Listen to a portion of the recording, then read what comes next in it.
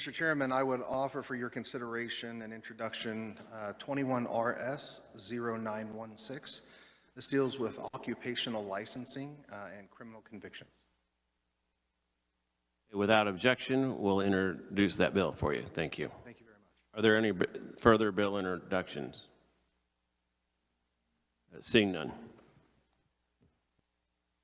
Go ahead and open the hearing on HB 2196, and we'll turn it over to Charles Reimer, the reviser, to do the first explanation, and then we've got one other individual that will go through an explanation that helped us write the bill. Charles Reimer. Thank you, Chairman. I'm going to try and share my screen here, if that's okay. I think you should have an outline that I prepared. Hopefully that will assist the committee. It has references to the bill, pages and line numbers.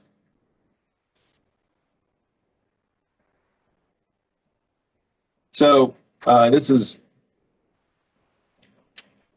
the first thing the bill does is it creates a new Unemployment Compensation Modernization and Improvement Council.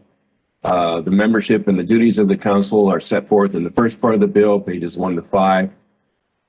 There are 11 members appointed by the governor. The terms are for 4 years. 4 of those members are selected by the Workers' Compensation Employment Security Board's nominating committee, 2 to be representative of employers and 2 to be representative of employees. And then we also have chairpersons from the standing committees of the Senate and House that customarily refer employment security bills.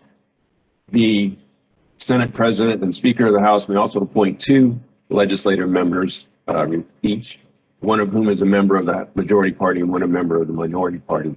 And finally, the Secretary of Labor or the Secretary's designee is also a member. Members of the council may receive compensation expenses pursuant to rules and regulations to be adopted by the council. That's a little bit of a different provision than what we've seen in other law. Those expenses are and compensations to be paid from the Employment Security Administration Fund or any account of the State General Fund of the Department of Labor as designated by the Secretary. The first meeting is called by the chairpersons of the standing committees of the Senate or the House that are on the council. Council is to select a chairperson and annually organize itself and may meet as often as necessary to perform its duties. The function of the council is to examine and recommend changes to the UI system and the applicant claim process. The scope of review for the council includes technological infrastructure, system improvements and upgrades, and methods of data sharing across agency systems to enhance UI system efficiency, system integrity, including forms of system security and identity verification and protection. And also, the council is to seek to synergize an applicant or an employer's experience with respect to the department's various programs, so they have a seamless user experience. The council is specifically prohibited from examining the solvency of the UI fund or changes that would increase or reduce benefits. There is an executive secretary for the council that is appointed by the Secretary of Labor. There are specified administrative duties in the bill. The secretary, executive secretary rather, is responsible for handling confidential documents and conducting research and making presentations or reports to the council. There is a limitation in the bill with respect to the council's access to confidential information. The council may request testimony from the secretary, department employees, or private sector employers and employees in performing its duties. The council shall issue an initial report within 6 months of its first meeting. The contents of the report are to include at least a description of the claim application process and planned improvements to that process. And the council can also include other matters in its first report. The Secretary of Labor has duties with respect to the council that are specified in the bill. The secretary is to post the testimony and material discussed by the council on the website. The secretary is to notify the council chair of any unauthorized access to department records within 5 days. And also notify the council of any disruption in the benefit application process.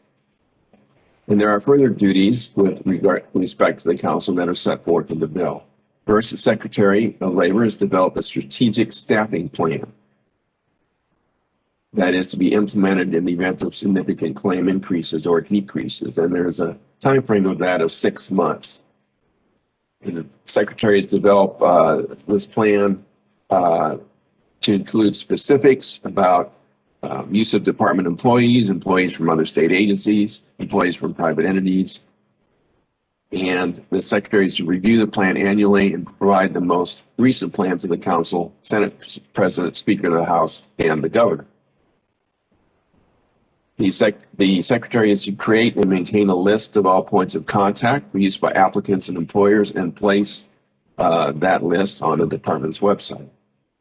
The secretary is to develop, by rules and regulations, a process for the submission of complaints about service, the service of the Department of Labor, complaints by applicants or employers. And the council is granted authority to adopt rules and regulations. The next part of the bill deals with an upgrade to the department's information technology system. That's in section 2, pages 5 to 7. First, the bill indicates that the intent of the legislature is to continually develop and upgrade the system. A new system is to be developed and implemented by the department by December 31, 2022. So that's a significant date. Components of the new IT system are specified as defined by the council in consultation with the secretary. There's a list of those components that's somewhat technical in the bill. There's also a list of features and benefits of the new system, which are to be defined and discussed by the council and integrated. And that is also a fairly long list in the bill. The secretary is also to implement program integrity elements and follow guidance provided by the Federal Department of Labor and the National Association of State Workforce Agencies within 60 days of that guidance being issued. And there are specific program integrity elements that are specified in the bill that the secretary is to adopt and use. The secretary is also required to utilize information cross-check programs. The secretary may also execute memorandums of understanding with other agencies for information sharing, and may and shall adopt rules and regulations to implement the act. Finally, the secretary is to provide an annual status update and progress report on the information technology system modernization to the council and also to the Legislative Coordinating Council. Third provision of the bill in section 3, pages 7 to 8, provides that the secretary should include tax information about the tax consequences of benefits on a claimant's initial notice of determination.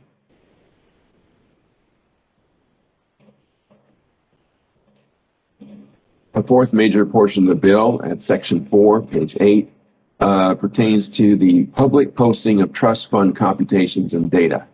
The secretary is required to post trust fund data and computations on the secretary's website or a website maintained by the secretary. And that data include data for each of the most recent 20 fiscal years. There's a deadline of 90 days after the effective date of the act for that information to be posted. On an ongoing basis, data is to be posted for each fiscal year within 90 days of the end of the year. And then in the bill, the computations and data required to be posted are specified at page 8.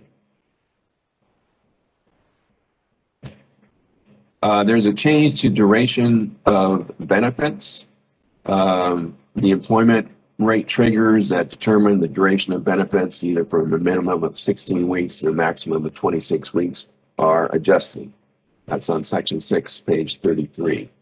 So those percentages of, with respect to the employment rate, those triggers are adjusted.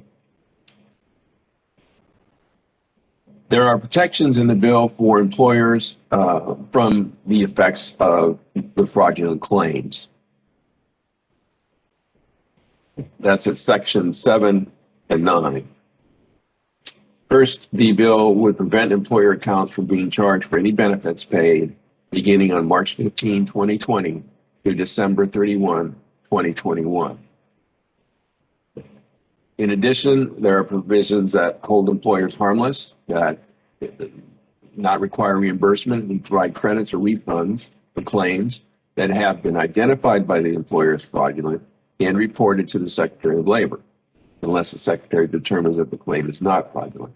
So reimbursing employers who pay, let's say, directly are to be refunded for any payments for fraudulent claims made after March 15, 2020 that have been reported to the Secretary. The amount refunded would become due if the Secretary determined that the claim is not fraudulent.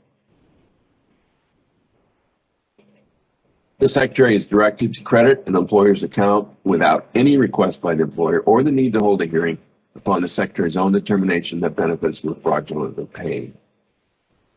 There's a provision in both those sections that waive the normal time limitation for an employer to dispute a claim as fraud during the time period of March 15, 2020 through December 31, 2022. There is additional provision that I guess is more of a remedial kind of provision that directs the Secretary to review all reimbursing employer accounts over the past 20 years and credit the reimbursing employers for any benefits that have been paid by fraud that were charged against the account and not recovered by normal recovery methods.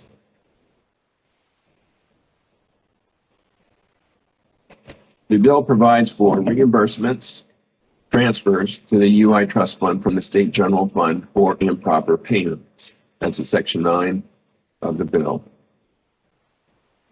So for improper payments made during the period of March 15, 2020 through December 31, 22, if they are identified by the Secretary through the review of Federal Department of Labor information and also State Department of Labor information available to the Secretary. The Secretary is to then identify such amounts, and then within 60 days of the information becoming available, and then certify those amounts and have that amount transferred from the State General Fund to the UI Fund. The governor can designate the transfer to be made from a different state account with the approval of the State Finance Council. Improper payments are also, I would say, they're defined in the bill. The bill includes a provision that is intended to encourage the legislature to direct federal pandemic-related funds to the UI Trust Fund, and a provision clarifying that any federal unemployment insurance benefit programs established as a result of COVID-19, those programs are not to be continued after the ending date of those federal programs through the use of unemployment insurance fund contributions by state employers.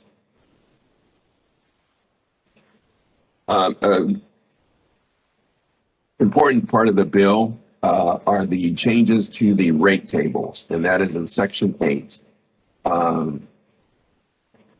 Those are I will leave the discussion of those to the proponents, but I'll just note that obsolete language is removed throughout the section, so there's a lot of strikeout.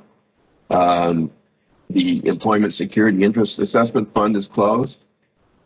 And then the solvency and credit adjustment tables are amended.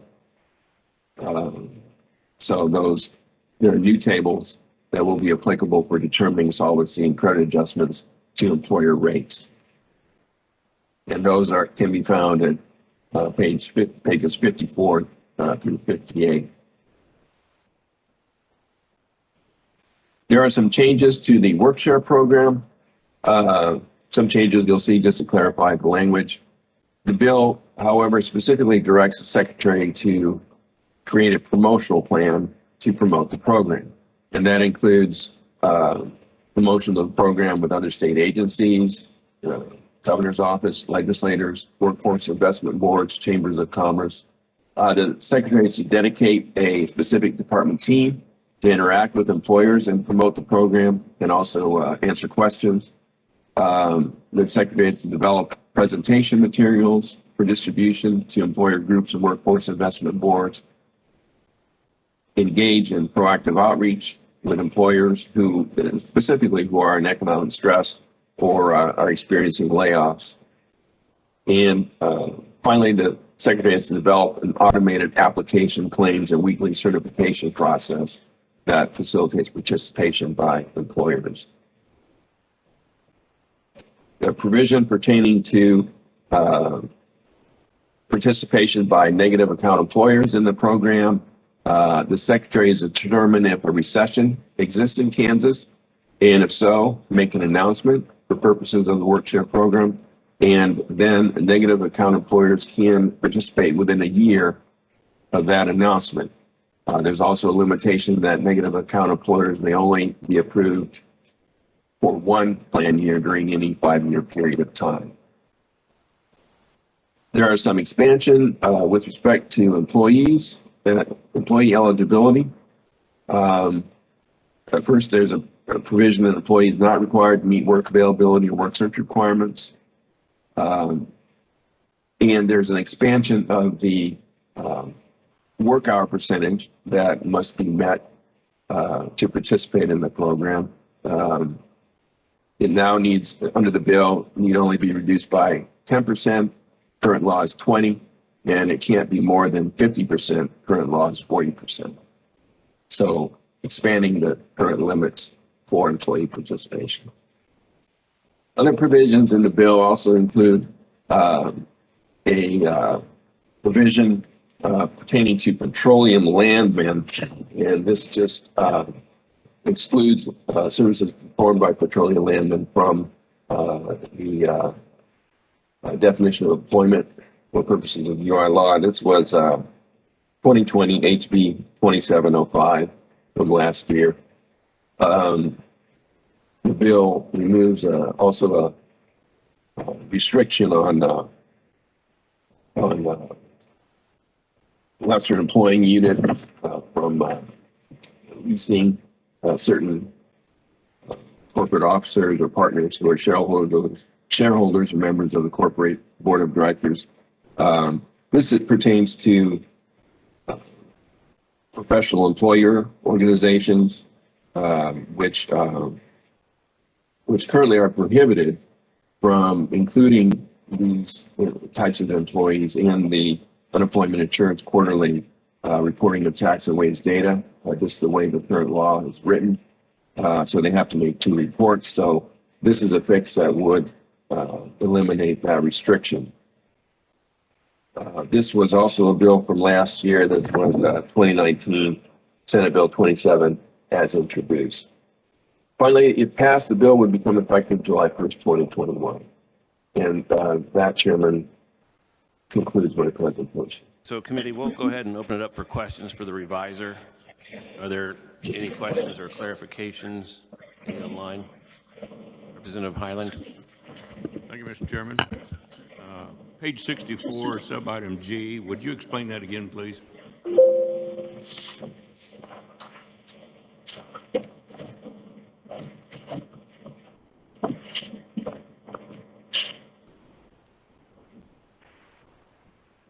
So that provision is intended to not continue federal programs through the use of contributions made by Kansas employers. Does that answer your question? When the federal programs expire, then they're not to be continued. It's just allowing it to expire. Is that what you're saying? Yes, it just states that the federal programs are not to be continued through the use of Kansas employer contributions. Okay, thank you. And then on page 7, you have the promulgation of rules and regs. Are we going to put a date on that, when they shall have those formulated by?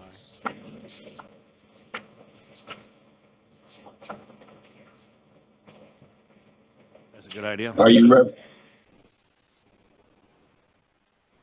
Are you referencing the Secretary of Labor is to adopt rules and regulations there at subsection H?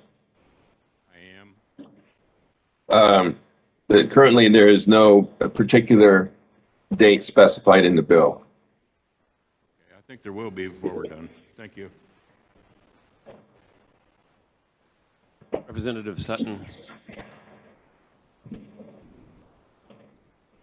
Thank you, Mr. Chair. I'm not sure if this would be better for you or for the reviser, but I'm looking at section 6 here. I see a great deal of duplication with HB 2195.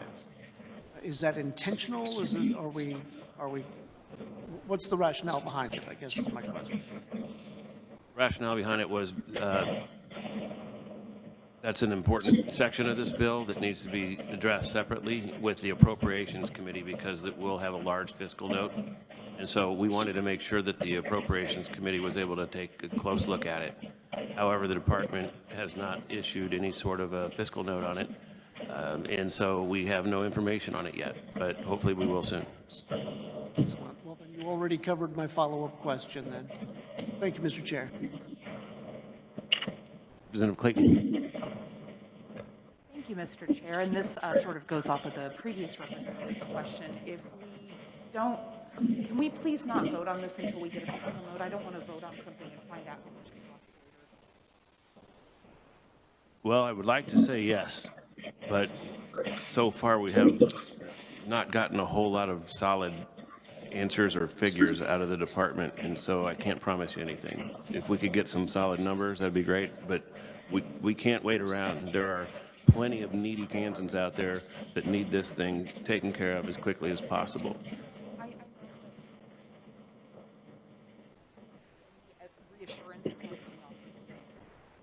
Thank you very much. I agree. Representative Carpenter, and then Shu. Thank you, Mr. Chair. Page 5. Under item 6A here, prevent employer accounts from being charged for any benefits paid beginning on March 15th, 2020. I understand this is a fraudulent claim section, but I'm not sure it doesn't need to be, fraudulent claims need to be put in that section. And also where in B where it says employer is harmless, I think it needs to also say fraudulent claims. Charles Reimer. I'm sorry, I didn't quite hear where the representative was referencing. What page are you referencing, sir? Page 5, number 6. A, prevent employer accounts from being charged for any benefits being paid beginning on March 15, 2020. And I understand it's in a fraudulent claims section. I'm not sure that it still shouldn't identify it as fraudulent claims, both in A and B. Representative, I think I'll let, the proponents may speak to that, but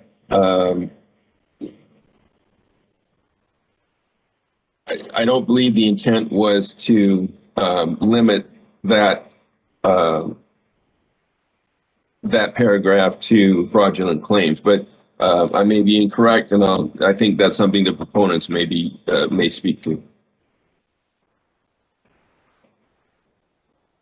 Representative, we can come back to that when we have the other conferee up here. Representative Shu. Thank you, Mr. Chair. Charles, is it common practice to write IT requirements into statute? I would have to kind of look more into that, but I would say there is a high level of detail in the specifications for the IT requirements. And, you know, I guess that's I suppose in respect to your question, that is something that could be addressed by rules and regulations, but perhaps the proponents wish that in statute to be sure that they are followed or implemented. Representative Shu. Thank you. Yeah, I just want to flag that I have a lot of concerns about writing IT stuff into statute. You know, IT gets updated very quickly. Putting out publicly exactly what we have is probably not the safest thing in the world to do. And since it's a requirement, if there's only like 1 or 2 vendors in the country that can do some of these things, then that opens up a lot of issues, I think, too. So just flagging that for our future discussions. Yes, sir, and the Department of Labor will have their data weigh in on this as well. So we'll take all that into consideration. I think that they just wanted all that in there to make sure that the system fixes all the issues that they've identified. And, you know, maybe that can be done through rules and regulations, but until we sit down and have a discussion on it, we can figure it out then. Any further questions?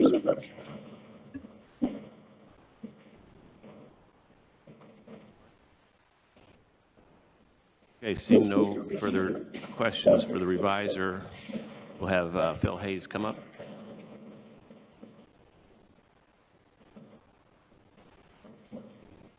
Welcome back to committee, sir. You can turn that mic on. How's that? Again, Philip Hayes. I'm here on behalf of the Kansas Society for Human Resource Management, as well as the Kansas employer community. We've worked diligently over the summer on a number of these reform initiatives. Some of these certainly grew a little bit more concerning, more paramount, I think, as the fall developed and as we transition into the new year. So hopefully you have the presentation emailed to you. They're more of a talking point for me to walk through. I think the reviser, Charles Reimer, summarized the bill fairly well. UI is an extremely complex collection of statutes, and there's a lot of moving parts in it. It's very difficult to kind of understand how all the wheels wind together. So I applaud him. We've certainly asked for clarification. Did we get everything right? That's to be determined. So some of this is just carrying the message forward from the business community in an effort to ensure that we have a better system as we move forward. So my first slide, the UI Compensation Modernization Council outlined in pages 1 through 5 of the bill. Again, 11 members with the primary focus just to ensure that we have some accountability from a legislative standpoint as well as a business standpoint. Businesses fund the UI system, the UI trust fund in Kansas, 100%. And we've really not had a great voice in the product that we utilize and the product that is the vehicle that ultimately serves impacted Kansans through economic downturns. So just to ensure that we have a better voice in the process to ensure that we're moving forward at a minimum and not just standing still. So that's the intent of the UI Modernization and Improvement Council. Number 2, the modernization of the UI system, and to the representative that asked, should we publicize certain requirements? I'm a novice, I'm not a legislator, so if that shouldn't be, if it's better placed in rules and regs, I just want to carry the message forward on what the business community would like as far as a full comprehensive system. Certainly having new technology, new platform, technology changes so quick, and it's downright shameful that we have a system that's 45 years old. This should have never happened, and I felt if we had the UI Modernization Council, we probably would have been in a better situation had that council been propped up years and years ago. So bottom line, we want a modern, reliable, and modifiable system, one that has severe focus on system integrity. And then it may be a lofty goal, but the December 31 of 2022, we just want to know what that finish line looks like, where it is, and at least have a light at the end of the tunnel that we're going to have a better system serving Kansans and Kansas employers. Obviously, modernization is not a one and done. Technology shifts and transforms so quickly that we can't just do this once and put it to bed and then wake up 40 years later and be in the same spot. So we want to know that we're moving forward and keeping pace with technology to ensure that we're best prepared for any economic down cycle. Just a continuation there, some of the requirements that the business community would like, as well as kind of being the voice for our employees that are displaced and impacted. There's components from the claims management piece from both sides of the coin, the tax management functionality, just having dynamic reporting to understand what claims we have out there, what's our total liability, what's been charged against us. Can we engage in that process outside of the snail mail components? So item number 3, notify recipients of UI benefits of tax liability. This is outlined on page 7 and 8 of the bill. Again, just kind of a shameful black eye for the state. I've had family members that were recipients of UI benefits, and they got a notice from the U.S. or Kansas Department of Labor. I believe it was dated December 7th. So 8 months into the pandemic, they've received, if they got on early, they've already exhausted 26 weeks of benefits. And if they were not aware of tax consequences, or if there was a tax form that they could withhold, that just really highlighting that a little bit more. In a normal recessionary period, maybe not as magnified, but the compounding issue of this piece, I think, is yet to be determined for the state. Item number 4, transparency in UI trust fund computations and data reporting. This is on page 8. This is an annual memo that each state labor department formulates, calculates their metrics. They run it up the flagpole to U.S. Department of Labor.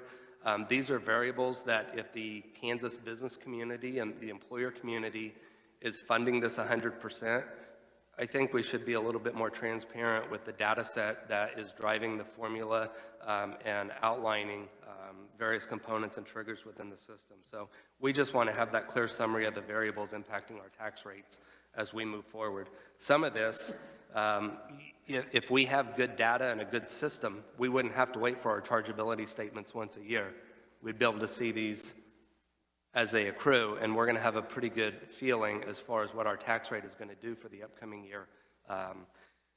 Number 5, the Kansas duration of benefits, aligning this with the Federal Reserve's definition of full employment across the U.S. This is found on page 33 of the bill.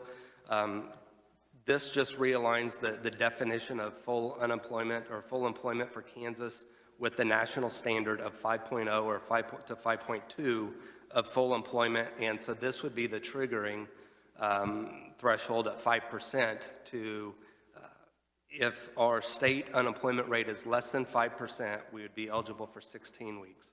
Currently, that rate is set at 4.5%. So it's a full 0.5% under the federal standard of what full employment is.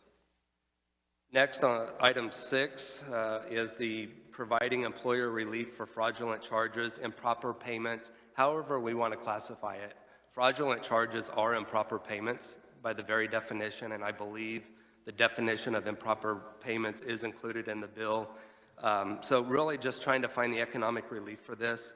You know, we've been pounding the drum for the better part of the last half of 2020, saying that we may not be charged for potentially COVID claims or fraudulent claims, but that doesn't dismiss the fact that we're going to have to replenish and pay the trust fund back. So not being charged is one thing, but that really doesn't matter when we're all going to be looking at hundreds to 1,000% increase in our tax pseudo rate beginning in 2022 if nothing is done. So, but the chargeability, to me, it's just a matter of, are we good stewards with these dollars? These are dollars that have been paid in by taxpayers, businesses, employers, for the benefit of claimants that are down on their luck or have been displaced. So, item 7, the base period employer solvency charge by each employer's experience rating. The high point here is every employer has a reserve ratio, and that's based on their usage of the fund. If we pay in $100,000 over the course of 20 years and we've had $13,000 in charges against us, we would have, and that's probably not a great, a better example, if my reserve ratio is a 20% reserve ratio, I would cascade into the best rate group under current statute, rate group 1, and I would have a 0.2% pseudo rate this year. The solvency surcharge is currently from the 2015 legislation. It's a full load, 1.6 full solvency adjustment for every rated employer. So you keep your position based on your chargeability, your reserve ratio, but that 1.6% is going to negatively or disproportionately impact your best actors in the state, your best employers in the state. If you look at the next page there, still item 7, without adopting any of these new rate table structures and triggers, the top 10 rate groups, the best employers in the state, as of the data set in February of 2020, there were nearly 38,000 Kansas employers, contributing employers, that were in the top 10 rate groups. So about 65% of all Kansas employers that are contributing employers are going to see an increase January 1st of 2022 at a minimum of 180% if you're in rate group 10.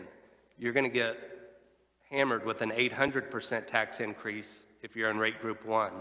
So if you aggregate that and just average it for nearly 65% of all rated employers across the state, we're going to look at just a 490% increase. Now that is before the fraud picture began taking shape over the last week and the 1099s that have come out. This is going to compound this significantly. In looking at my own experience and looking at clients that we work with, we could easily be driven down probably 10 rate groups if fraud charges stick and they impact our reserve ratio. 10 rate groups down is another 2 full basis points. You tack that on with the 1.6 solvency charge, we're probably looking at a 12 to 1,300% rate increase for your absolute best rated employers. I'm in the jobs business, we recruit all the time, and it's certainly going to have an impact on future hiring as we go.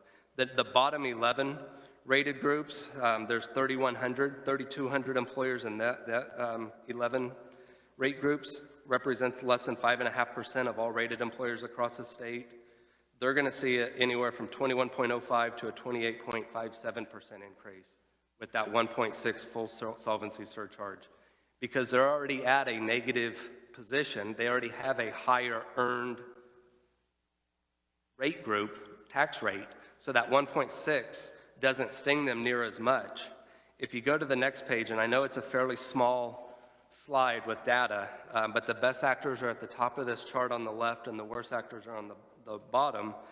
If you look at the middle section of this chart, rate group 1, your earned natural rate is a 0.2, and if you stack on the solvency surcharge of 1.6, that means they're going to end up with a 1.8% rate next year. That's the 800% increase. If you work the math all the way down and get to negative rate group N11, their earned rate is 7.6%, plus the 1.6 only equates to a little over 21% hit for them. What we're proposing is make this solvency or credit triggers or adjustments proportional based on the merit-rated system of our natural rates. So it's going to incrementally inch up. So if you look at the far right side of this table, instead of that 1.8, we're going to take our 0.2 earned rate plus a 0.0421. So a rate group 1 rate will be 0.2421%, or they will see a 21.05% increase. The same increase percentage as your worst rated employers, so that 21.05 cascades all the way down. This example is just using the 1.6 solvency adjustment. If you go to the next page, it's got a couple other tables. The one on the left is the current fund control table. This is what was adopted when we transitioned from the arrayed system to the fixed system. We bartered and compromised with KDOL. They were great partners in that process in helping us set on some of these fund control table variables. We asked for additional solvency or credit adjustments, but part of the compromise is we'll give the employer community 1 credit table, but we want to have 4 solvency tables, and our neutral table is 5. So the table on the right essentially is a mirroring effect. We'll have 6 solvency schedules and 6 credit schedules. The nice thing there is it's going to give businesses predictability, stability in the system, that if we need to increase taxes, that tax burden is going to level up for everybody based on their earned rate, and it'll range anywhere from 13.16% to 26.32%. Or conversely, if we get to another position, if we're ever fortunate to get to $1 billion trust fund again and have credits, we'll flip them upside down and we'll give tax relief across the board to everybody, not differing amounts. So if you look at the comparison numbers on the bottom, the ones on the left, rate group 1 with that 0.2 up to that 1.8 with the solvency adjustment, they're going to kick in $22,400. This is for an ABC company with 100 employees with that solvency adjustment that we are very likely going to be in because we'll be in a borrowing status here shortly. You look at rate group 19 under the old system or the current system, it's the same $22,400, or for the most upside down employer in the state, it's the same $22,400. What we're looking at, if you look at the right side of this, is rate group 1 under the new merit rated credit and solvency adjustments. For your best rated employers, we're only going to ask for an additional $589. Your mid-rated employer, halfway down the schedules, will be paying in half at $11,200 compared to what they will be under the current statute. And your negative rated employers are no worse off. We're just proportionately allocating those increases top to bottom to ensure that there's a little bit of a fairness doctrine applied across the board. And those provisions, I think I had outlined, they were on pages 54 is the fund control table. You'll see there, a lot of the strikeouts that we have in the middle of this bill is the old language from the arrayed system and the old, I would say, archaic formula that was derived in the late 70s, early 80s for that arrayed system. Item number 8, providing immediate refund to employer accounts for claimant fraud. There's a couple different programs or revisions or initiatives, reforms within the bill. Some of it is just tied specifically to the limitations and the antiquated system that we have, and some of the concerns that the employer community has with the technology that we've been running, and it's compounded our problems. So we tried to bookmark that with dates. Then there's some other provisions that is just more forward-looking to ensure that we don't have to revisit this again down the road. Item number 9 is expanding and enhancing the Kansas Workshare program. You know, when there was an executive order signed allowing negative balanced employers in this year through the pandemic, I got a lot of phone calls saying, is that really a prudent thing to do? And my first response is yes, because that's keeping my neighbors and my friends and my family employed, and it's keeping them tied to the job market, and it's keeping food on the table for them. And honestly, it costs the state a lot less to pay out 20 or a 40% pro rata share of their benefits and keep them tied to their health insurance, their work, their employer, and so forth. There's been a lot of outcry. Should we expand this? If we can do it this time, why can't we do it moving forward? Your negative rated employers, there's 3,200 of them currently as of last February. When we started, went into the fixed system, we had a much higher number of upside down employers. And so the automatic triggering mechanisms that we built in then has done its job. It's worked exactly what we thought it would do. This is just going to take off some of the sharp edges on the solvency credits as we move forward. But this enhancement really is to allow more flexibility to Kansas employers to ensure that we can keep people in their jobs to weather an economic downturn. On average, I think the last 7 recessions that the U.S. has gone through, they average about 12 months. So when we talk about a program year being 12 months, allowing even an upside down employer to participate, I think it's a good thing. It's a great message to send to Kansas employers and our Kansans, our hardworking Kansans. But we shouldn't let them dip into this year after year after year if they've already not managed their claims appropriately, when their 65% of the businesses have been great advocates in managing their unemployment experience. So We think that carve-out is a good provision. But the other thing is just really promoting this program. I sit back and I've thought and wondered how many more jobs could we have saved had we done a better job of promoting the Workshare program early on rather than just issuing furloughs or layoff notices. So the last piece that I have, item 10, job refusal acknowledgement process and responses. This is a provision, and I kicked myself, I'm going through this, and the language did not get in the bill.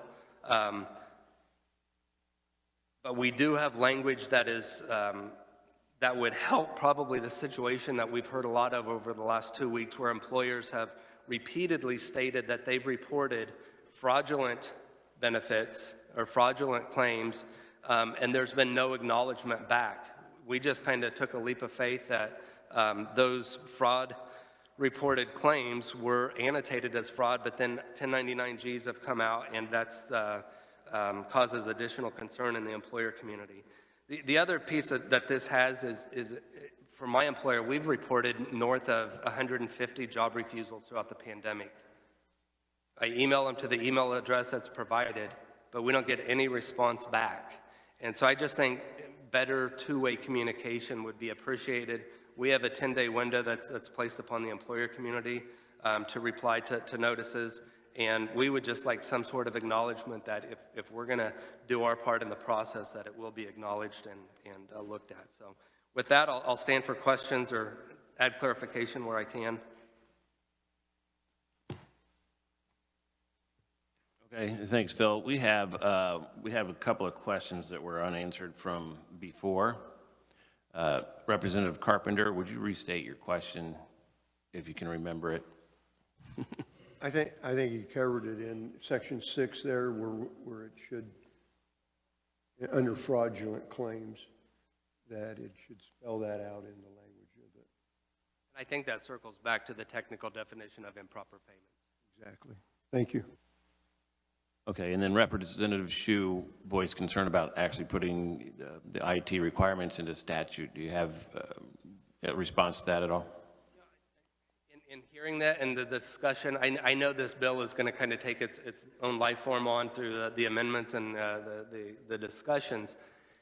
I don't think that's the end of the world. I think especially if we prop up a modernization council, if we have more of a pulse on that and we can help guide some of those, if business is involved as part of that council, we're going to feel like our voice is heard, and we're going to shepherd through good language, good oversight with that.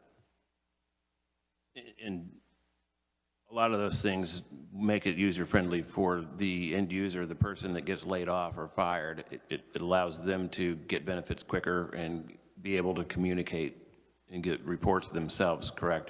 That is correct.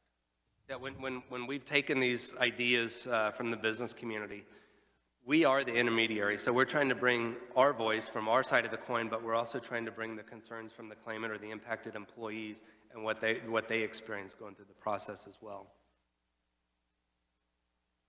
Okay, and we've got several questions, but I wanted to talk about the not being charged. You mentioned that early.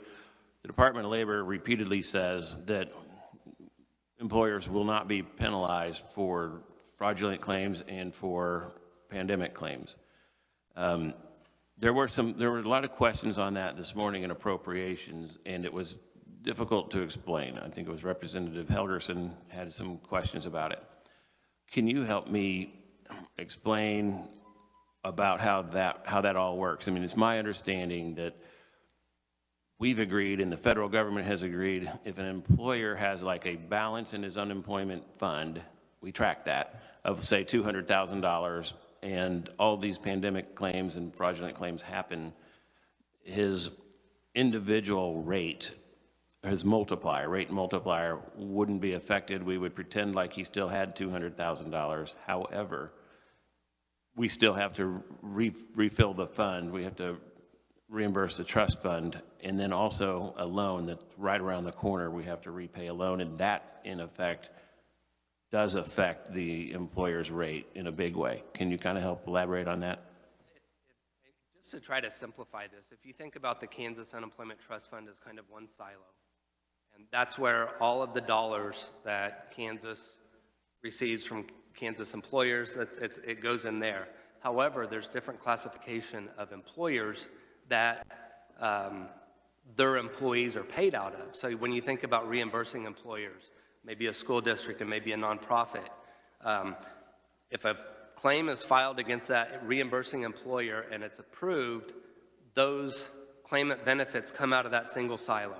They get paid out to the employee. The reimbursing employer, at the conclusion of every quarter, they get a quarterly charge statement saying, here's what was paid out of the trust fund. You need to reimburse, hence the reimbursing employer, the trust fund or the silo to make that dollar amount whole again, and then you're even. So reimbursing employers, I would say prior to the pandemic, they were in a great spot because as long as they managed their claim process well, they had as much skin in the game to protect and pay as you go, where rated employers, we earn our reserve ratio based on what we've paid in, what's been paid out and charged against our account. That's great. We can have, and I've been on testimony before, my business in Wichita, we have about $2 million, a paper balance of $2 million positive. So, and we have a high reserve ratio. We're a rate group number 1.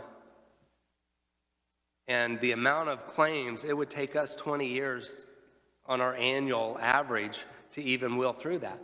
But when our trust fund dissolves and we hit negative, I still carry a positive paper balance of $2 million.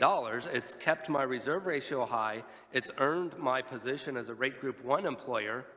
Hopefully, I'm managing my claims well. As a result, my reward will be I have a low tax rate. That's not going to happen under the current variables that seem to be unfolding.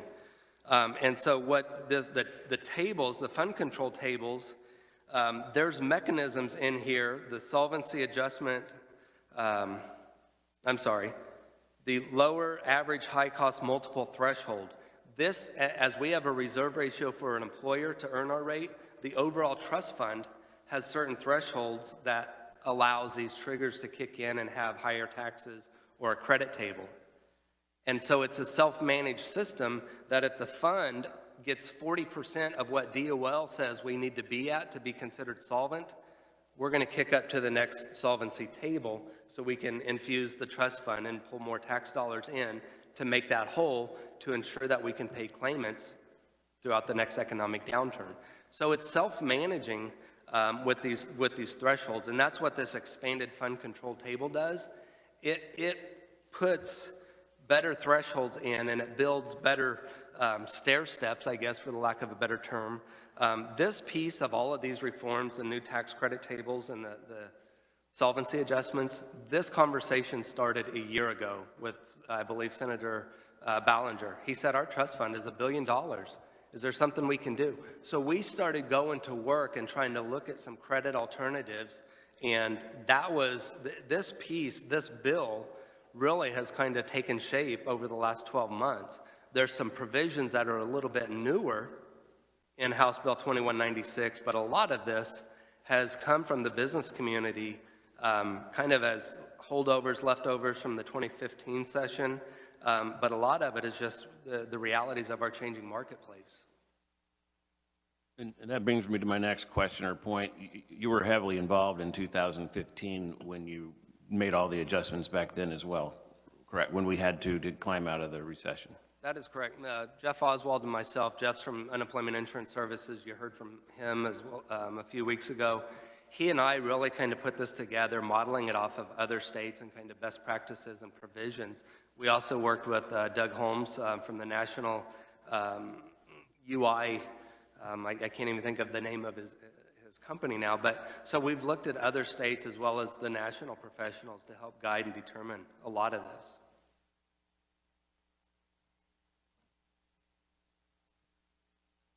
I'm going to grab my water if I can, Chairman. Yeah, please do. I can only imagine.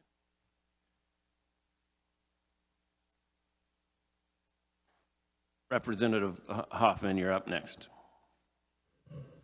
Thank you, Mr. Chairman. And you kind of answered a little bit of the questions that I was going to go to. When we look at the reimbursing employers who are now getting their statements, and I'm specifically looking at Section 6, I guess it would be, in the provisions that it it gives to hold them harmless. And we have the governor's making statements and saying she's going to hold them harmless. Is there any place in statute right now that says that she can do that?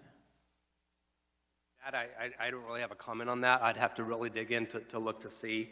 The concern that I would have when you think about that single silo of a trust fund, if reimbursing employers are held harmless in any capacity, those are less dollars coming back into the funnel or the silo, and then the rated contributing employers are going to be stuck backfilling that, and we're going to just have a higher or a lower watermark potentially to fill back up. So the chargeability versus the replenishment, there's a couple of different scenarios, I guess, going on there. Okay, then that was the point I was wanting to make sure we do not lose track of, is that money has got to be paid back no matter how we do it. And it's either going to be our businesses are going to hold the biggest load, or we're going to have to do something with this in the state government with SGF or something. So thank you, Mr. Chairman. Representative, I talked to research today after appropriations because that question sort of rose in appropriations. And from the best they could tell in the small amount of time that they had, we would have to change statute in order to forgive the outstanding balance because those dollars were paid out. In the schools, for example, we had one testify this morning that they could owe as much as $7 million. They would have to pay that unless we change statute. And that's the reason we're hearing that bill in appropriations, and that's the reason we have the wording in here to forgive that so that the Department of Labor would be able to do that. Currently, the only way around it would be to carry a $7 million note on each year from the school system, and they do have the purview to waive penalty and interest. So there would be an outstanding balance due, but there would be no penalty and interest, and they just have to pay it back one day. We want to avoid that. Representative Williams. Thank you, Mr. Chair, and I apologize that you may have to repeat some of a couple questions. Just one relates to the transparency, and you have a slide on transparency that relates to UI trust fund computations. But as we think about individual contributing employers versus the reimbursing employers, they get those quarterly statements, and those that are contributing get them annually. And you mentioned something in here, and I probably missed it, so I just need your clarification. We have wanted to get that data sooner rather than later so we can understand what those payments are being made, because many of those employers are not getting notification of claims being made or claims being paid, and some of them are mailed. There's the sides problem and reporting. So are you saying within this transparency piece, part of that is maintaining a database so that contributing employers can keep track of those claims? Or is sides supposed to do that and it's not keeping up? Kind of a double-part question there. The transparency and the trust fund computations and data reporting is kind of the global reporting of the health of the overall trust fund. And the 20-year fiscal look back is important because every state, to identify what their average high-cost multiple is, it's the 3 highest years in the last 20 years, the 3 highest benefit payout years. So as you can imagine right now, I believe the years are 2003, 2009, and 2010 for the state of Kansas. Those are going to be supplanted here pretty quick. 2020 will largely play a role in that, and we'll carry that in through the next 20 years. 2021 could potentially also be one of our 2 variables. But just understanding what 3 years, what those metrics were, what our average high-cost multiple is. So for any numbers junkies, any nerds that are out there, they could really forecast what their rate may look like if they are more in control of their situation and managing their claims management.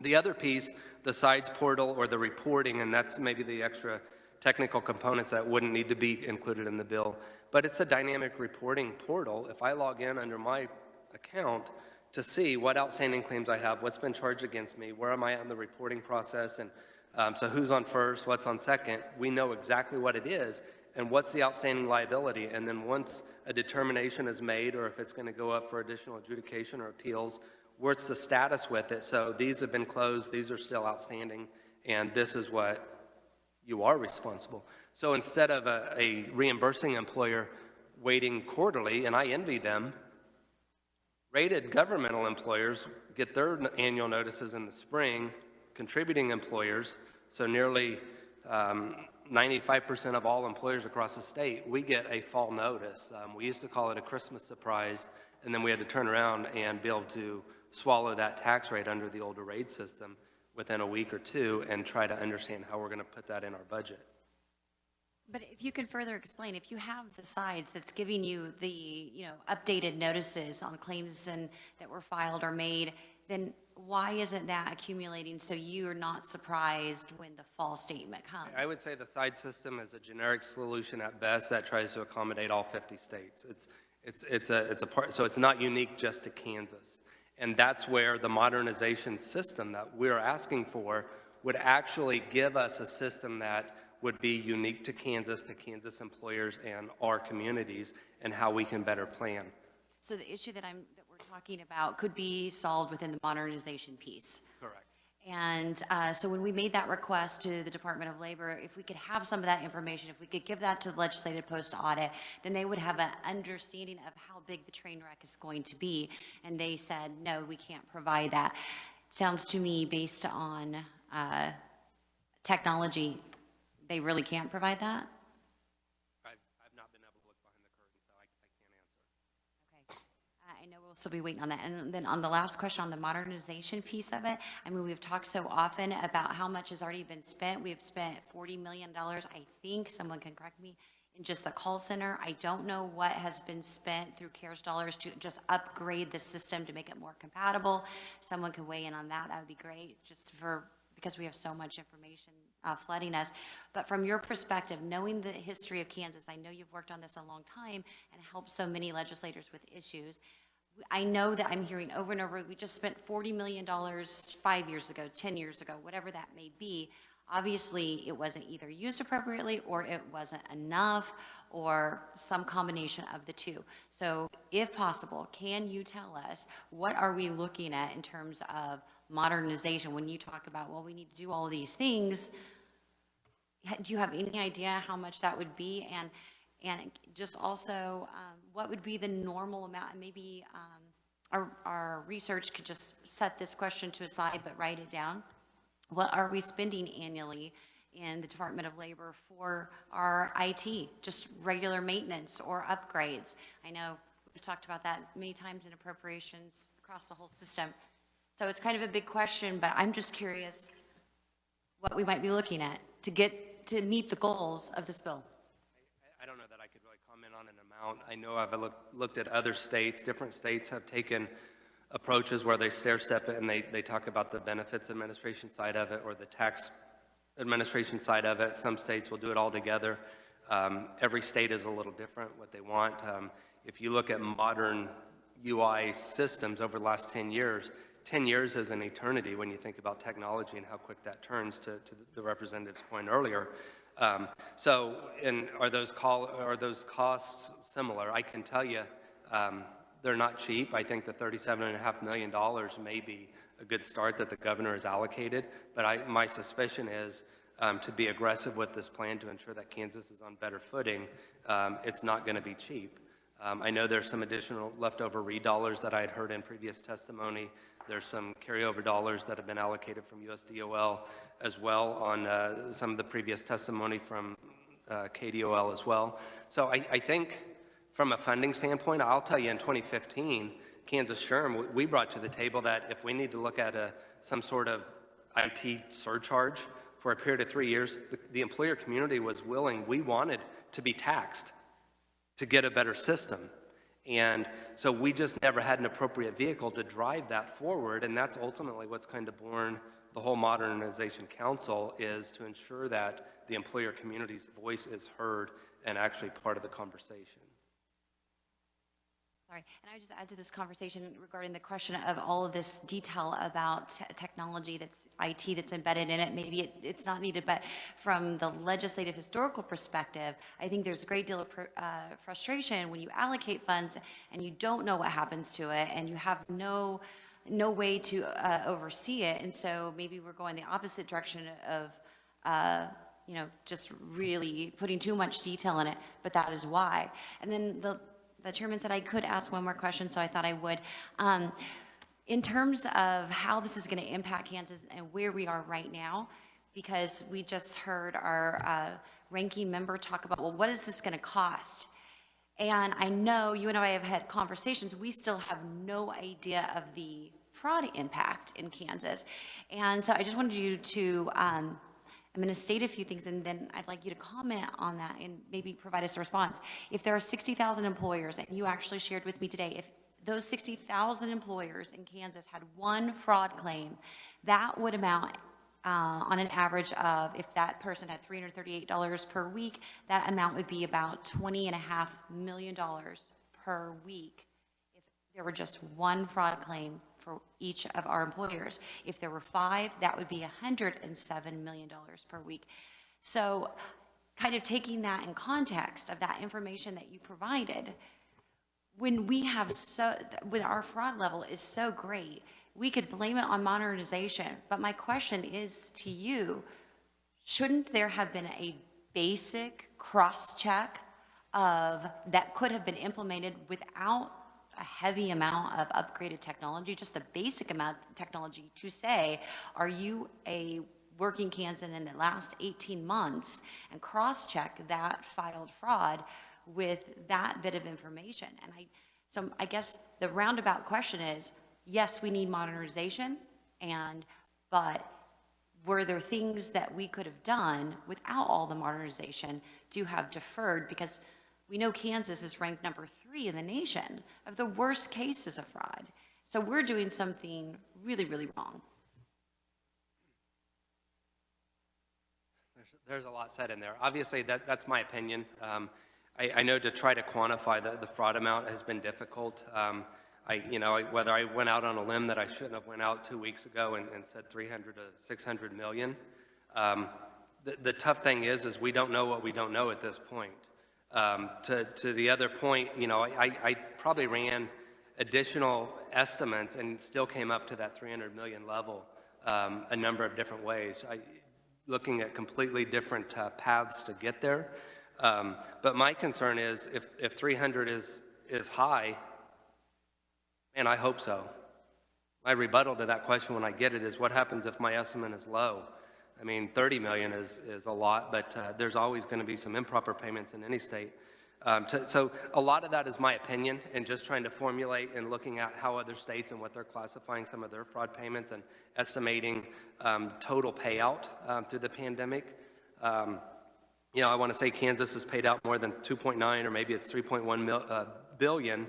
The U.S. Department of Labor's, their across-the-board estimate is 10% throughout this pandemic that any state has provided. Likely 10% is fraudulent. So I'm just restating information sources that I've seen, coming up with the opinions on how I am concerned, having talked with clients and other businesses and looking at the level of fraud. I'm hopeful that we've turned that corner. Going back to your point, are there some things that we could have done? I'm guessing there were some things that we were doing. I don't know if we were doing all. U.S. Department of Labor issued guidance throughout the year, throughout the pandemic, on multiple occasions to every state agency saying you need to be looking at this and covering several different bases, saying that you need to be prudent, especially we're providing CARES dollars, so do your part too. And so that's just some of the question. And a modern system, I think, will inherently have a lot of that built in. And if we're continually chasing upgrades, we're not going to get behind the 8 ball. The tough thing is, I think, the bad actors, the overseas crime rings that have hit just about every state, I feel like they're 3 steps or 3 miles ahead of a lot of states. And as you mentioned, Kansas being ranked in the top 3, top 5, however you want to slice it, whichever data set, we're not in a good position. Normally I'm pretty competitive, but I want to be as far away from number 1 on this issue as I can.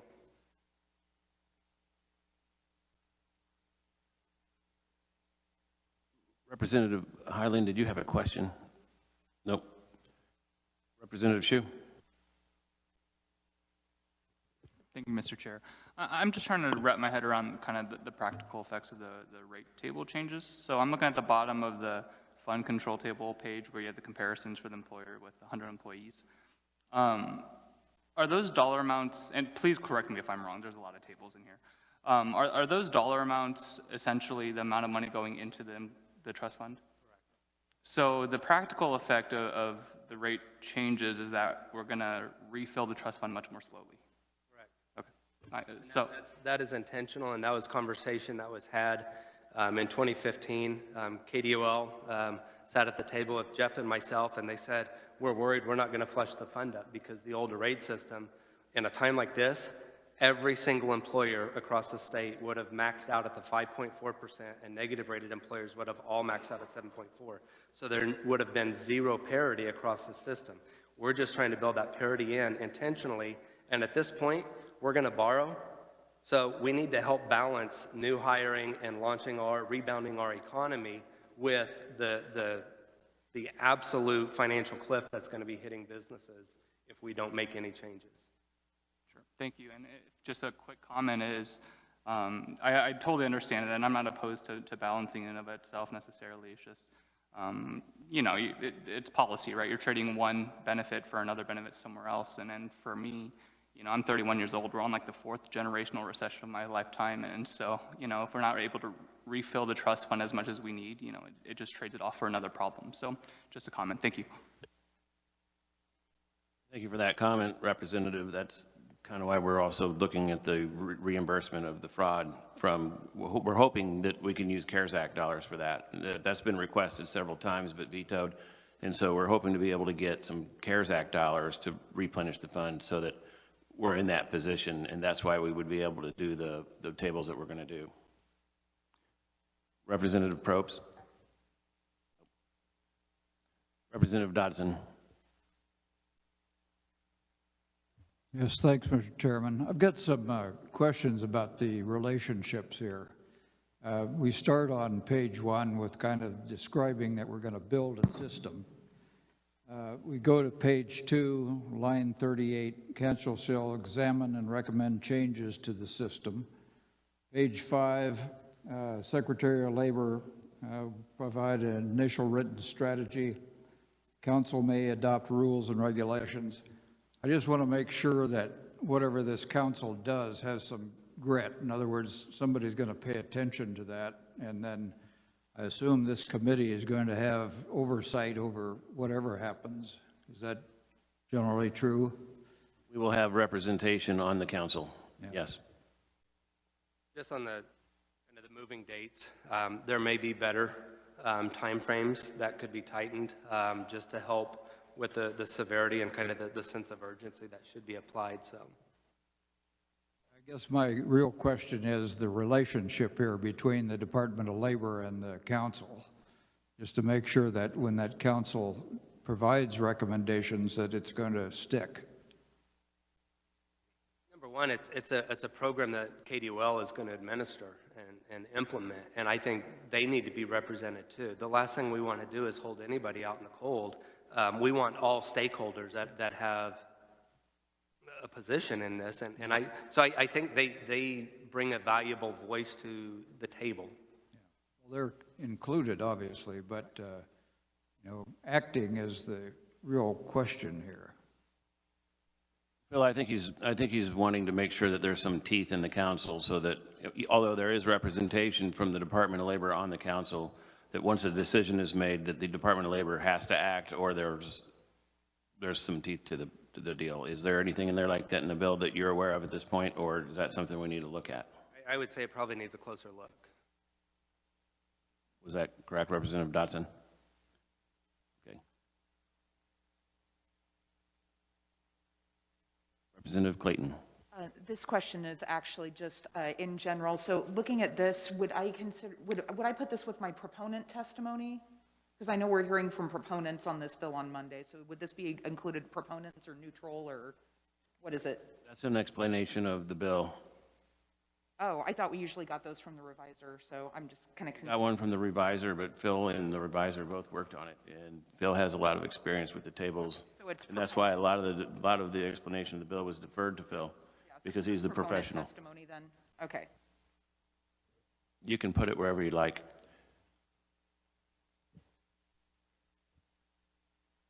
Representative Johnson. Thank you, Mr. Chair. And following up on a previous question, the makeup of the council, as I look to that, do we have, we want everyone at the table. Is there any other mix that we might think of? I think folks like you and employers have a lot of knowledge that can help with that. I don't know if there are other government entities that have to have buy-in along the way, but do we have that? And just any trade-offs that were made as we came to the decision of the 11 members? Honestly, it was more of a starting point for me. And I don't have experience sitting in your chairs and formulating councils and so forth, but I was trying to have a broad approach as possible and to ensure that appropriate parties are represented so we can bring in varying perspectives to ensure that we don't overlook something on an issue that's as critical as this. That's a good question, Representative Johnson, and I should have said right up front that is more or less a suggestion and a placeholder. I have asked House leadership to look at it because I know we have a specific way we like to set those up, and so that'll be forthcoming. Any other questions for either the reviser or Mr. Hayes? Representative Auerkamp. Mr. Chairman, there was a comment made, I think, by Mr. Hayes. The Department of Labor put out recommendations on how to catch or stop fraud. If you have easy access to that, or if the revisers do, could we get if it's public knowledge, and could we see those notices from the Department of Labor, the U.S. Department of Labor, to the states on their best practices, if you will? I can certainly see if we can round them up. I know Kansas SHRM has sent them out, I believe, and shared with the employer community that in trying to satisfy employers that were concerned early on that cross checks, et cetera, should be occurring. So we'll see if we can round those. Any further questions or concerns for either Mr. Hayes or the reviser? Okay, seeing none, we'll close this portion of the hearing, and we will resume on Tuesday. And we will have proponents on Tuesday and opponents on Wednesday. We're adjourned. Thank you.